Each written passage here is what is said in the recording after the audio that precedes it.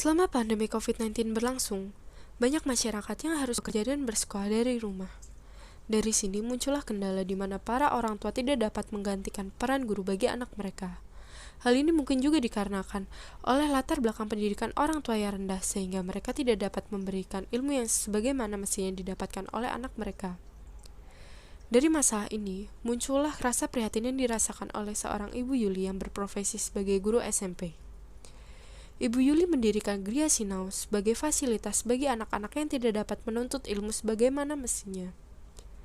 Dari Gria Sinau, pengabdian Ibu Yuli dimulai.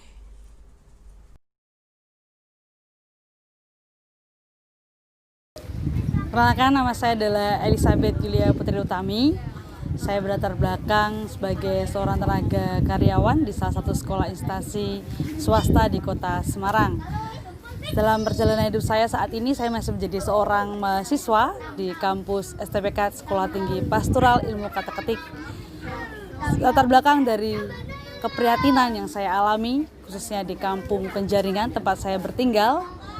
Kompleks Penjaringan ini bukanlah sebuah tanah yang memiliki hak, maka justru dari Kampung Penjaringan ini adalah tanah milik PJKA, di mana mayoritas penduduknya berlatar belakang sebagaimana perekonomian yang sangat rendah.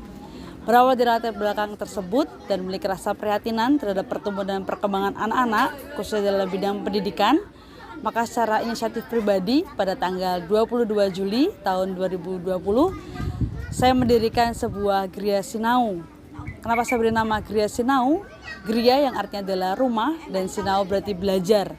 Maka di tempat inilah, di rumah saya, bagaimana anak dapat belajar secara kreatif dengan segala hal yang nantinya bisa menumbuhkan semangat dan motivasi anak-anak untuk terus mempertahankan apa yang menjadi sebuah tujuan, apa yang menjadi sebuah misi kehidupan mereka, yaitu mengutamakan pendidikan. Latar belakang itu saya dasarkan karena sebuah kerinduan untuk bisa menjadikan anak-anak memiliki rasa, memiliki kepedulian terhadap dirinya, supaya mereka semua bisa merubah masa depan mereka masing-masing, sekaligus merubah masa depan daripada orang tua mereka. Hal tersebutlah yang menjadikan dasar dan latar belakang kenapa saya secara pribadi berani mendirikan Gria Sinau tanpa memiliki sebuah modal maupun aset biaya begitu besar. Gria Sinau adalah rumah belajar yang pastinya karena perekonomian masyarakatnya menengah ke bawah, maka saya mendirikan Gria Sinau ini tanpa dipungut biaya. Sehingga anak-anak yang belajar di Gria Sinau tidak mendapatkan sebuah pungutan biaya serupiah pun.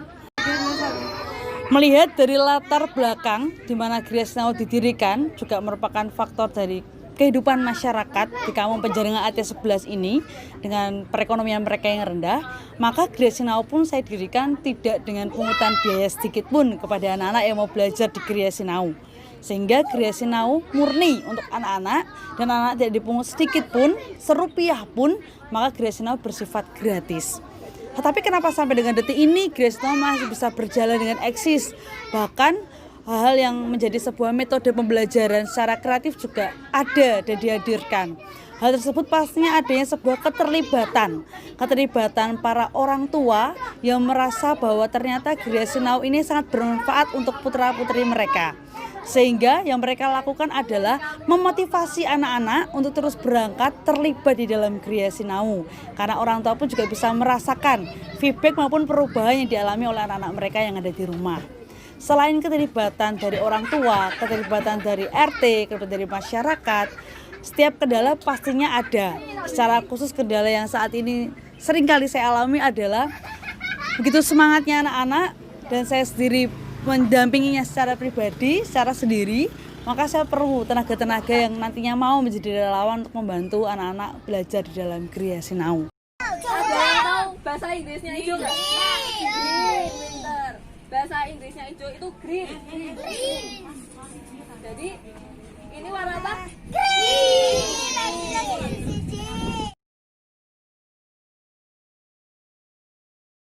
Selamat sore, saya dari RT 11 RW 1 Kelurahan Kemijan, Kecamatan Semarang Timur. Dari kami sangat merasa bangga dan bahagia dari adanya Gria Sinau ini mengangkat bisa mengangkat anak-anak jadi lebih baik dan juga bisa belajar etika atau menghormati orang yang lebih tua. Tak lupa juga kami ucapkan kepada Mbak Yuli yang sudah mendirikan Gria Sinau ini, dan juga saya mengucapkan terima kasih kepada orang tua wali ataupun orang tua anak-anak yang telah mensupport, dan Mbak Yuli pun juga mensupport. Cukup sekian Mbak Yuli, terima kasih, dan atas bantuannya mohon untuk diusahakan bantuan-bantuan untuk kampung kita. Di masa pandemi ini justru tidak menjadi sebuah hambatan atau penghalang untuk saya terus melanjutkan misi saya. Tetapi justru di masa pandemi ini saya memberikan sebuah motivasi terhadap diri saya bahwa saya harus neng omah, obah, dan jadi berkah. Kenapa? Karena saya memiliki sebuah harapan, saya punya cita-cita untuk anak-anak. Cita-cita saya adalah, harapan saya adalah mereka yang saat ini merasakan nyaman, semangat pula, termotivasi dalam mengikuti pembelajaran di Gria Sinau, nantinya dapat memicu semangat mereka untuk terus melanjutkan pendidikan mereka. Harapan saya pun juga mereka tidak hanya sebatas mengikuti pendidikan seperti apa yang menjadi langkah keterbatasan perekonomian orang tuanya, sehingga memang mohon maaf sekali perekonomian yang membatasi kehidupan orang tuanya, kemudian mereka harus bisa, latar belakang mereka harus bisa berpendidikan rendah, tapi justru dengan adanya Gria Sinau ini mereka memiliki motivasi terus belajar dan terus belajar, sehingga mereka nanti bisa menggapai mimpi mereka, menggapai cita-cita mereka untuk bisa menjadi orang yang sukses dan berhasil nantinya.